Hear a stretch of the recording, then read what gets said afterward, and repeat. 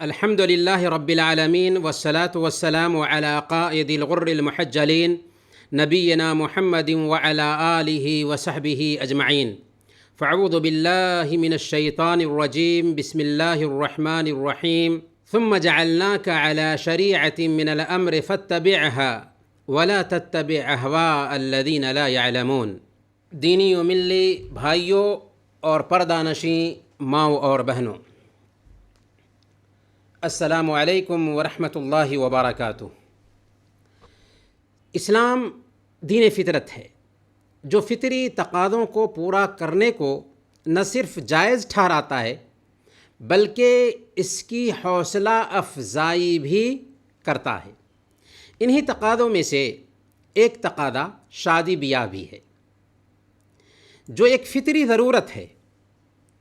اس کے ذریعہ انسانوں اور جانوروں میں تمیز ہوتی ہے، اس سے نسل کی حفاظت ہوتی ہے، عزت کی حفاظت ہوتی ہے، نگاہیں پست رہتی ہیں، نسل میں بڑھوتری ہوتی ہے، اور انفرادی اور اجتماعی زندگی پر بھی اس کے اچھے اثرات مرتب ہوتے ہیں۔ چونکہ اسلام ایک وے آف لائف ہے، زندگی گزارنے کا سسٹم ہے، مکمل نظام حیات ہے، ماں کی گود سے گور تک پورے طور پر رہنمائی کرتا ہے۔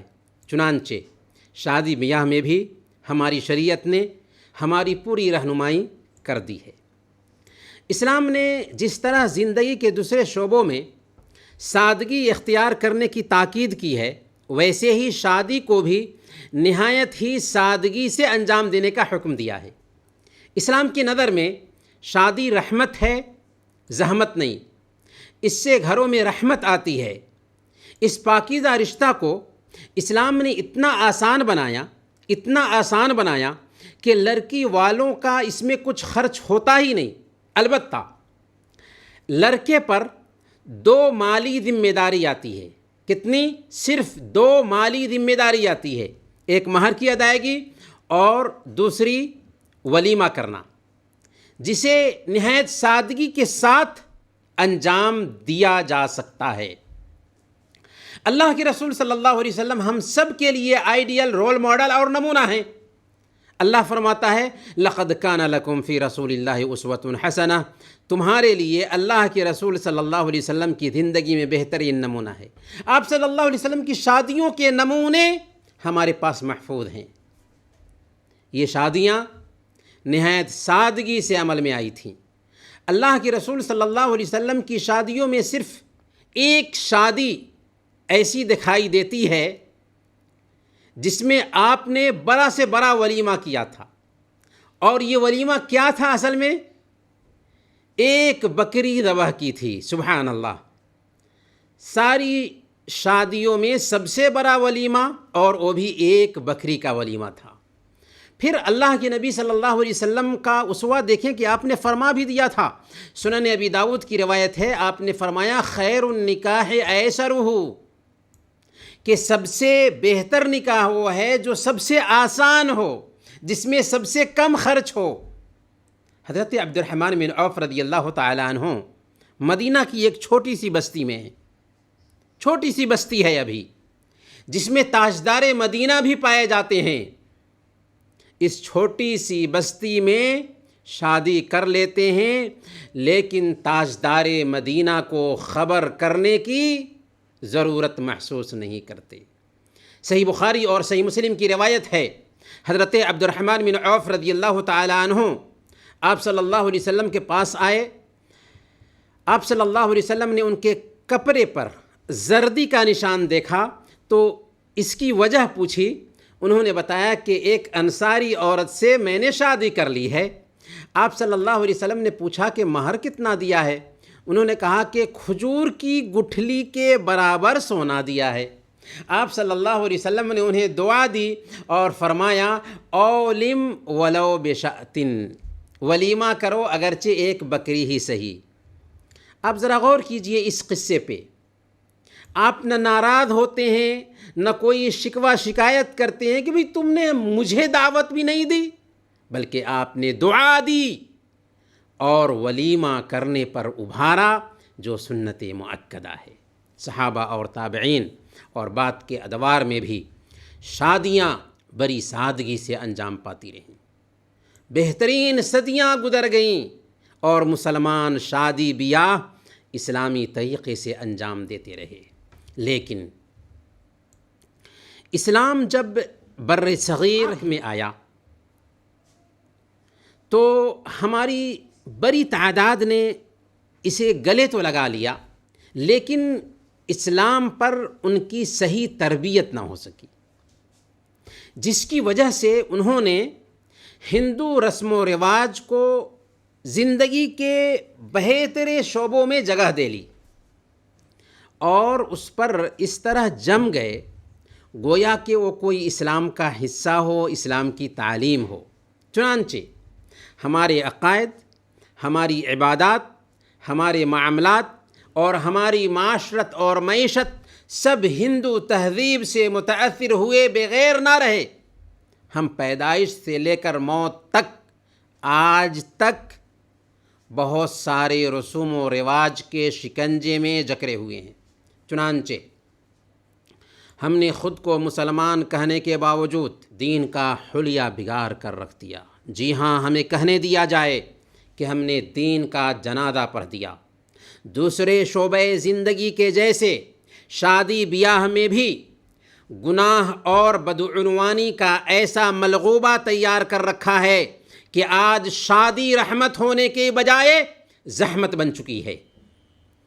آج ہم شادی کی ان مروجہ رسم و رواج اور ان کی تباہ کاریوں پر روشنی ڈالنے والے ہیں، محض اس لیے تاکہ ہمارے نوجوان جاگیں، تاکہ ہمارے بڑے جاگیں، بہنوں کی غیرت جاگے۔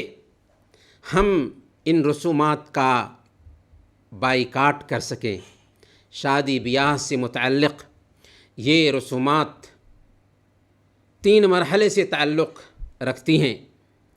کچھ کا تعلق شادی کے پہلے سے ہے، کچھ کا تعلق شادی کے اندر سے ہے اور کچھ کا تعلق شادی کے بعد سے ہے۔ شادی کا ابتدائی مرحلہ اور شریعت کی خلاف ورزی کیا ہوتی ہے، تو کچھ لوگ مختلف طرح کے بہانے بنا کر شادی سے اعراض کرتے ہیں، جیسے خود کفیل نہ ہونے کا بہانہ، تعلیم مکمل کرنے کا بہانہ، اور ایسے بھی بہت سارے بہانے ہوتے ہیں۔ حالانکہ حق یہ ہے کہ بلوغت کے بعد بچے اور بچیوں کی شادی میں تاخیر نہیں ہونی چاہیے، اور وہ بھی ضرورت سے زیادہ تاخیر۔ شادی سکون اور اطمینان کا سبب ہے۔ اللہ نے فرمایا سورہ الروم آیت نمبر 21، وَمِنْ آيَاتِهِ أَنْ خَلَقَ لَكُم مِّنْ أَنفُسِكُمْ أَزْوَاجًا لِتَسْكُنُوا إِلَيْهَا، اور اللہ کی نشانیوں میں سے یہ ہے کہ اس نے تمہاری جنس سے تمہاری بیویاں پیدا کیں تاکہ تم ان سے سکون حاصل کر سکو۔ وَجَعَلَ بَيْنَكُم مَّوَدَّةً وَرَحْمَةً إِنَّ فِي ذَلِكَ لَآيَاتٍ لِقَوْمٍ يَتَفَكَّرُونَ، اور تمہارے درمیان محبت اور رحمت بھی پیدا کر دی۔ یقیناً اس میں نشانیاں ہیں ان لوگوں کے لیے جو غور کرتے ہیں، سمجھتے ہیں۔ اس شادی کی وجہ سے نگاہیں پست ہوتی ہیں اور شرمگاہوں کی بھی حفاظت ہوتی ہے۔ صحیح بخاری اور صحیح مسلم کی روایت ہے، اللہ کے نبی صلی اللہ علیہ وسلم نے ارشاد فرمایا، یا معشر الشباب من استطاع منکم الباءۃ فلیتزوج فإنه اغض للبصر واحسن للفرج ومن لم يستطع فعلیہ بالصوم فإنه له وجاء، کہ اے نوجوانوں کی جماعت، اے نوجوانوں کی جماعت، تم میں سے جو کوئی شادی کرنے کی طاقت رکھتا ہو اسے شادی کر لینی چاہیے، اس لیے کہ اس کی وجہ سے نگاہیں پست رہتی ہیں، شرمگاہوں کی حفاظت ہوتی ہے، اور جو کوئی شادی کی طاقت نہ رکھتا ہو اسے روزہ رکھنا چاہیے، کیونکہ یہ کثر شہوت کا سبب ہے۔ شادی کے ذریعہ بے نیازی بھی پیدا ہوتی ہے۔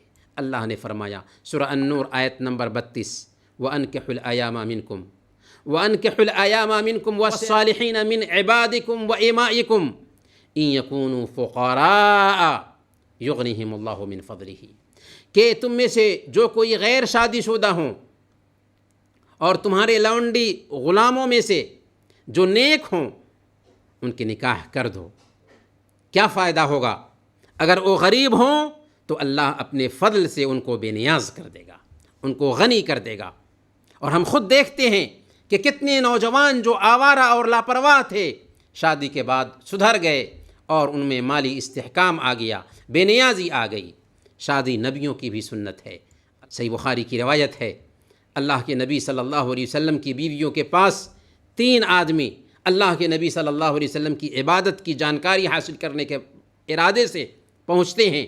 حدیث کے الفاظ ہیں فلما اخبروا كأنهم تقالوها، جب اللہ کے نبی صلی اللہ علیہ وسلم کی عبادت کے بارے میں ان 3 شخصوں کو بتایا گیا تو گویا کہ انہوں نے سمجھا کہ یہ معمولی عبادت ہے، ان کو معمولی سمجھا، لیکن پھر انہوں نے کہا کہ نبی صلی اللہ علیہ وسلم کے مقابلے میں ہماری کیا حیثیت ہے، آپ کے اگلے پچھلے سارے گناہ معاف کر دیے گئے ہیں۔ پھر ان میں سے ایک نے کہا کہ ہم ہمیشہ رات میں نمازیں پڑھیں گے، دوسرے نے کہا کہ ہم ہمیشہ دن میں روزے رکھیں گے، تیسرے نے کہا کہ ہم عورتوں سے علیحدہ ہو جائیں گے، شادی ہی نہیں کریں گے۔ جب اللہ کے نبی صلی اللہ علیہ وسلم آئے تو آپ صلی اللہ علیہ وسلم نے فرمایا انتم الذین قلتم کذا وکذا اما واللہ انی لاخشاکم للہ واتقاکم لہ لکنی اصوم وافطر واصلی وارقد واتزوج النساء فمن رغب عن سنتی فلیس منی، کہ تم ہی لوگوں نے ایسی ایسی بات کہی ہے، بات یہ ہے کہ میں تم میں سب سے زیادہ اللہ کا ڈر رکھنے والا ہوں، تم میں سب سے زیادہ تقوی اختیار کرنے والا ہوں، اس کے باوجود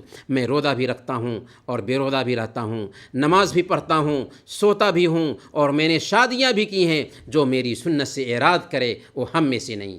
تو یہ بہانہ کر کے کہ ابھی خود کفیل نہیں ہوئے ہیں، یہ بہانہ کر کے کہ ابھی ہم نے شادی نہیں کرنا ہے کیونکہ تعلیم جاری رکھی ہوئی ہے، یہ سارے بہانے غلط ہیں، کیونکہ شادی میں تاخیر ہونے کی وجہ سے بہت سارے گناہ ہوتے ہیں۔ یہ ایک رسم ہے جسے ختم کرنے کی ضرورت ہے۔